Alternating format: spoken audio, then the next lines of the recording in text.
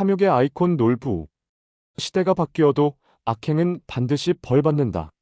옛부터 우리 강산에 구전되어 오는 이야기 중에 형제간의 우애를 저버리고 오로지 재산 증식에만 혈안이 되었던 놀부라는 사람이 있었으니, 오늘 들려드릴 이야기는 그 놀부가 세월의 장벽을 넘어 2026년이라는 현대로 불쑥 튀어나오면서 벌어진 소름 돋는 인과등보에 관한 기록이옵니다.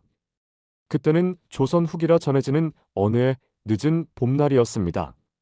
놀부는 오늘도 아랫마을 춘삼인의 논 한 떼기를 헐값에 잡아먹고 흡족한 마음으로 사랑채에 앉아 낮잠을 청하는 중이었습니다.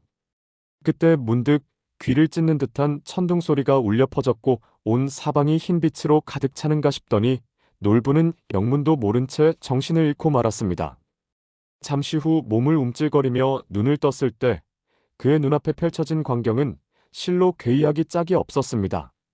아까까지 흙냄새 풀풀 나는 사랑방이었거늘 사방이 매끈하고 차가운 돌덩이로 둘러싸여 있었습니다. 바닥은 번쩍거리고 벽은 매끄러웠으며 창문 너머로는 쇠붙이들이 하늘 높이 솟아 있었습니다. 저 멀리서 종이처럼 얇고 가벼운 옷을 입은 사내와 여인이 쪼그리고 앉아 무엇을 만지고 있었는데, 그 모습이 마치 신선놀음 같기도 하고 혹은 도깨비 장난 같기도 하여 두려움에 몸서리를 쳤습니다. 그때 놀부의 손에 이상한 물건 하나가 잡혔습니다. 차갑고 네모난 쇠조각 같았는데 가만히 눌러보니 번쩍하고 빛이 났습니다. 놀부는 속으로 생각했습니다. 아마도 내가 병에 걸려 정신이 혼미해진 채로 낯선 집에 실려왔구나. 그러니 정신을 차리고 이 낯선 사내에게서 재산상의 이득을 취할 방법을 강구해야 할 터이다. 사내는 킬킬거리며 웃었습니다. 보찜이라니 무슨 소린가. 당신이 어제 새벽까지 코인을 팔고 샀잖나. 어떤 코인 말씀이십니까? 그것이 재물과 관련이 있는 물건입니까? 돈이 되는 것이라면 제가 어찌 마다하겠나이까. 놀부는 침을 삼키고 허리를 굽혔습니다. 쇳내가 아무래도 병이 심하여 잠시 미쳤었나 봅니다. 선생께서 저에게 베풀어 주신 은혜가 태산 같으니 부디 쇳내의 이 재산을 좀 불려주실 수는 없겠나이까. 사내는 놀부를 한심하다는 듯이 보며 방 한구석에 있는 이상한 책상 같은 곳으로 걸어갔습니다. 저것 보게 당신이 가진 재산은 모두 저기 저 스마트폰 안에 있지 않은가. 놀부는 그 말에 이끌려 다시 네모난 쇠조각을 들여다보았습니다. 그것을 손가락으로 문지르니 갑자기 여러 가지 글자와 그림이 튀어나왔습니다. 무슨 주식이 올랐네. 어디 지역의 아파트 값이 폭등했네. 누가 하루아침에 벼락부자가 되었네 하는 이야기들 뿐이었습니다. 논밭에 떼기를 뺏고 소작료를 뜯어내던 과거의 방식은 너무나 느리고 고리타분한 방법이었습니다. 이 작은 쇠조각 안에는 수많은 돈을 움직이는 마법이 숨겨져 있는 듯 했습니다. 이 앱이라는 것을 깔고 투자 정보를 보십시오. 요즘은 강남의 재개발 지역을 노려야 합니다. 아니면 이 코인이라는 가상화폐에 목돈을 넣어두면 하루 만에 10배, 20배도 벌 수 있습니다. 10배라니?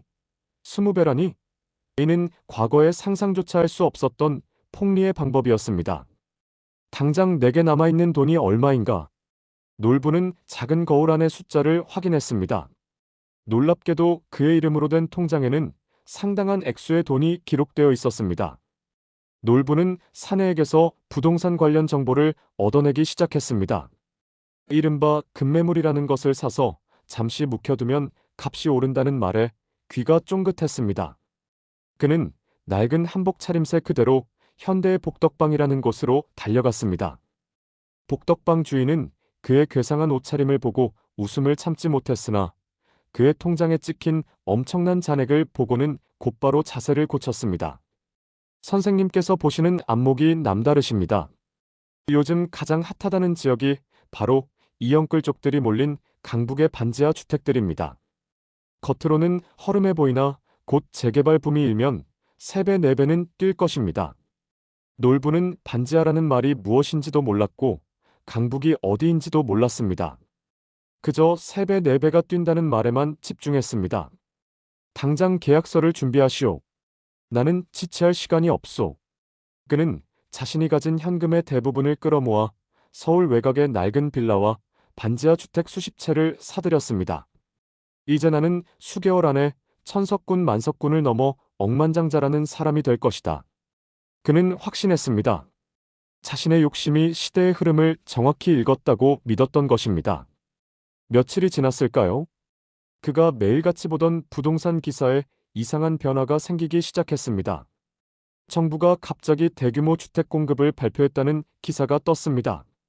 복덕방 주인이 떨리는 목소리로 그에게 전화를 걸어왔습니다. 선생님, 큰일 났습니다.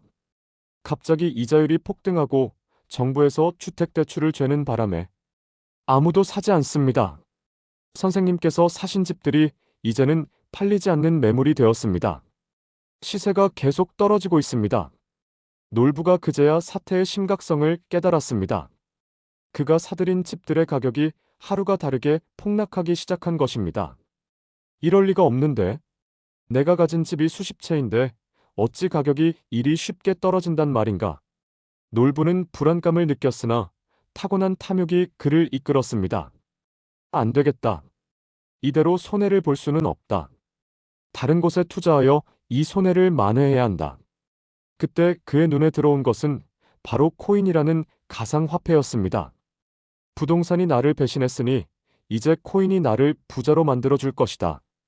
그는 자신의 남은 현금과 일부 주택을 급매하여 마련한 돈을 모두 끌어모아 코인 시장에 뛰어들기로 결심했습니다.